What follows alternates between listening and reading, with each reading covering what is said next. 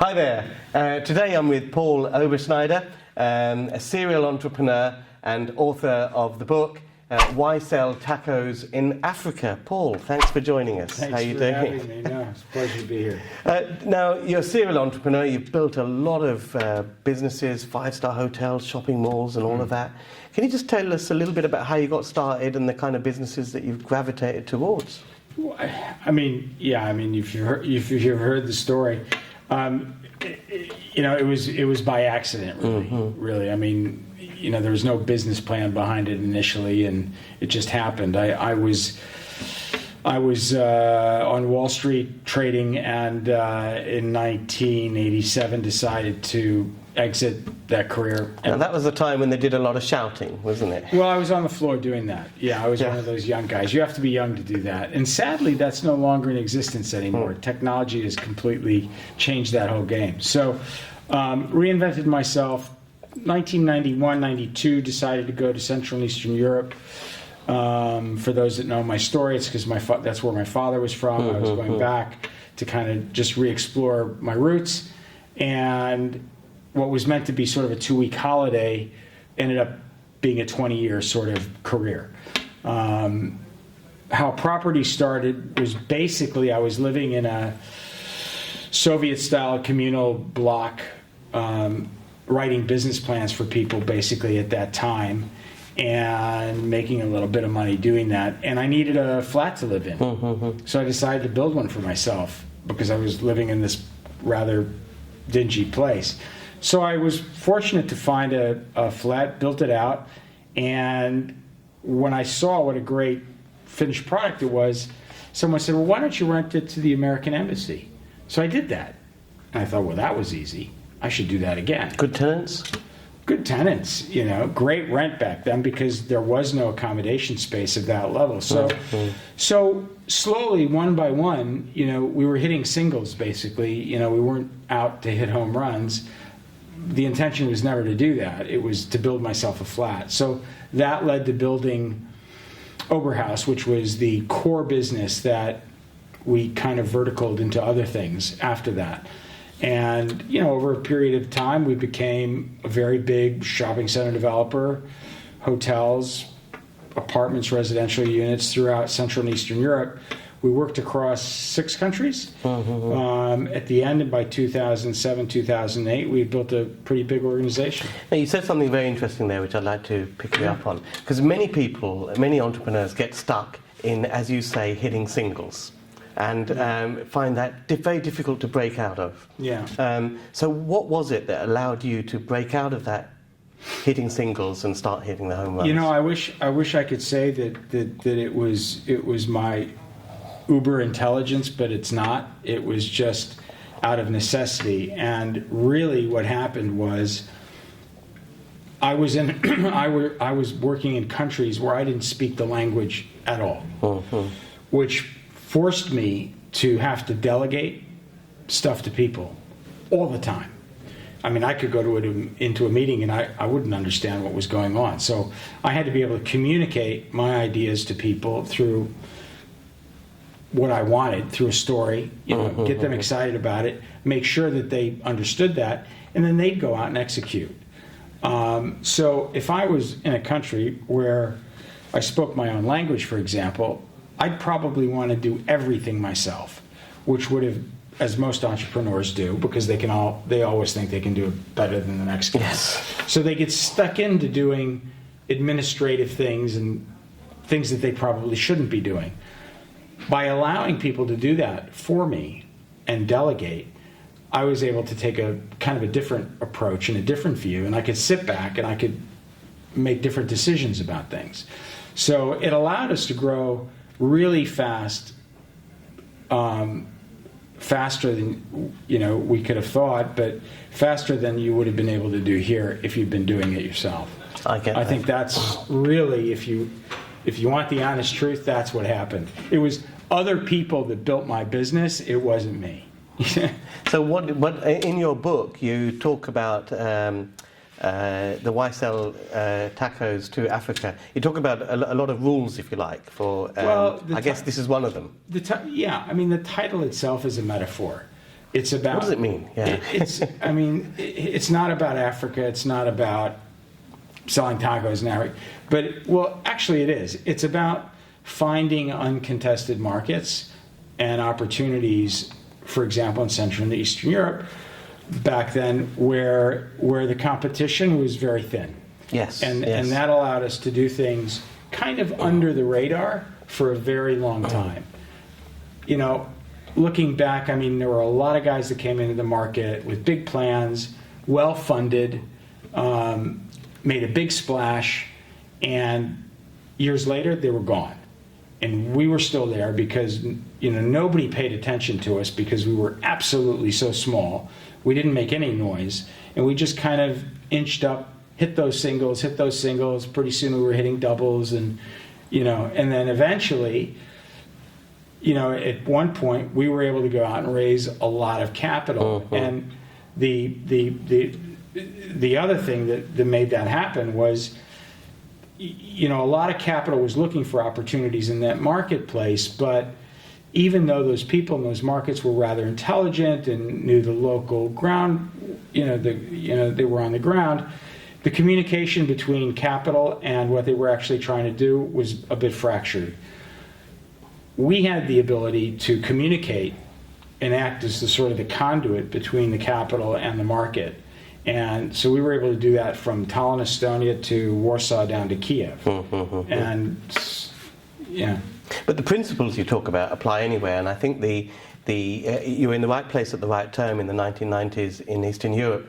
But in any property market, there are always opportunities to be ahead of the curve. A good example here in the UK was the office to resi conversion. Huge. If you were in that in 2013 from 2016, no one knew about it. Yeah, no, it was huge. And it was happening all around very quietly until finally it gained momentum. So you got to look for that market niche. Today, I think maybe it's exit finance. You know, so you've got a lot of developers today that may have started building stuff a year and a half, 2 years ago.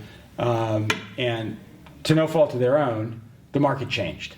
GDVs fell, sales periods have extended by 17%, and now they're entering practical completion, and they're stuck. They're not even thinking about profit anymore. They're looking at their watch and they're saying, Jesus, you know, what time is it?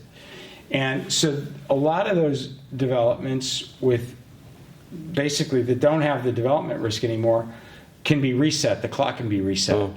So there's a bucket of capital now looking at that quite seriously as an opportunity.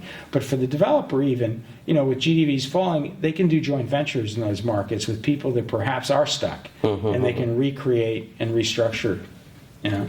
Okay. Yeah. So what are you up to in real estate now? I understand you are doing a little bit of financing. Well, we are. So we've been working on something for about 2.5 years, and originally we approached this because we're equity guys. I'm an equity guy. I'm a real estate guy, and you know, to try to understand the UK market was a bit too slightly. It would take me another 20 years to do that. So I had to sort of flip the model around and do the same thing I did with my institutional partners years ago. And what we do is we look for operating partners in different markets. Guys that know their local market, they're good at what they do, but they may not know the financing structure, they may not know their way around the street in terms of raising capital. They know some of the 2 or 3 big names out there that provide funding, but those guys are pretty much tick box lenders, which we're not. You know, we're very bespoke, we're real estate guys, we're willing to take a lot more risk, but we're looking for that operating partner in those local markets. And our product is basically, it's very simple. We provide a very aggressive capital stack, so we're putting out the senior, the mezz, and probably about a third or more of the equity, if you look at a traditional stack. And so our returns are really driven not so much on the debt, but by the success of the project. Yes. So we're very aligned with the developer. We want the project to succeed. If the project doesn't succeed, we become a low-cost debt financer, you know. So we look at stuff as if we were doing it ourselves. And that gives us the ability to back people that we're comfortable with. Yes. So that's our product, basically. It's providing credit So we do take a first charge, obviously. We provide a lot of credit. We provide backup if a developer needs it. And we're looking for that guy that just kind of doesn't know his way around the street. Yes. So is the developer, of course, is the person that you're lending to. Yeah. But you mentioned GDVs are coming under a little bit of a challenge at the moment. Are there... That's polite. That is polite. But are there any particular sort of deal opportunities where you see as trouble ahead? And also the other side is, are there particular areas of real estate projects that are going on which you see are plenty of opportunity over the next few years? Well, I think for us it's the affordability factor that's really important. I mean, when we underwrite a deal, we look at, sales comps, build comps, investment comps, but really it's what does the market, what can people really afford? What's the affordability? And I think during the liquidity kind of boom that we went through, people kind of forgot about that, and they thought everybody had deep pockets and we're going to buy £1 million homes and apartments forever, and actually it's a third of that. I mean, really, when you look at the regions and you look at what people can actually pay, forget Help to Buy for a moment, then you've got to just kind of readjust your paradigm in terms of what you think you can do. So we love stuff that's like, build 14 to 30 units at a lower end price range in the regions, because we think that's what the market needs. I mean, and whether you have Brexit or not, people still need homes. I mean, there's a backlog of demand that's been building up over the years. You've got, the statistics that tell you that, you need 300,000 homes or whatever over the every year. So we don't think that there is a demand problem. It's really, there's a lot of supply in the market. Excuse me. It's just the wrong supply. Yes. You're talking about the bread and butter. So 20 £150,000 apartments in Luton, great. 1.5 million place in Kensington, probably not. Not for us. Well, not for many people, I think. There are plenty of lenders that did and do lend on that kind of stuff, but that's not us. Okay. And I guess because you've built these things yourselves, you have a far more understanding now as a lender, because you've walked in the developer's shoes. See, well, that's it. We know where the pain points are, and we know what these guys are going through. I mean, we're backing, we like to say, the small s and the small m in the SME acronym. That's our market. What sort of lot size, just to give people an idea? Call it, in terms of capital deployed, 2 million up to, say, 15 to 20 on the high side. So, I mean, typically we would look at, we love deals that are about 6.5, 7 GDV. Well, listen, thanks very much, Paul. I think it's been a pleasure. Great insights into the way you think and business and all the rest of it, and some of your thoughts on sort of real estate. And I always say that the people who are putting their own money into investing into other people's deals, they really need to have their nose close to the ground in terms of what's happening. Otherwise, they're going to lose a lot. Great. Well, listen, thanks very much, Paul. Thanks for having me. And Paul will be coming along to speak at a future Baker Street. And you can see plenty more videos, interviews with people in property on this website. Subscribe, hit the bell icon. It's the only way you're going to keep up to date with what's happening on this site. We post new videos every week, so stay tuned for a lot more.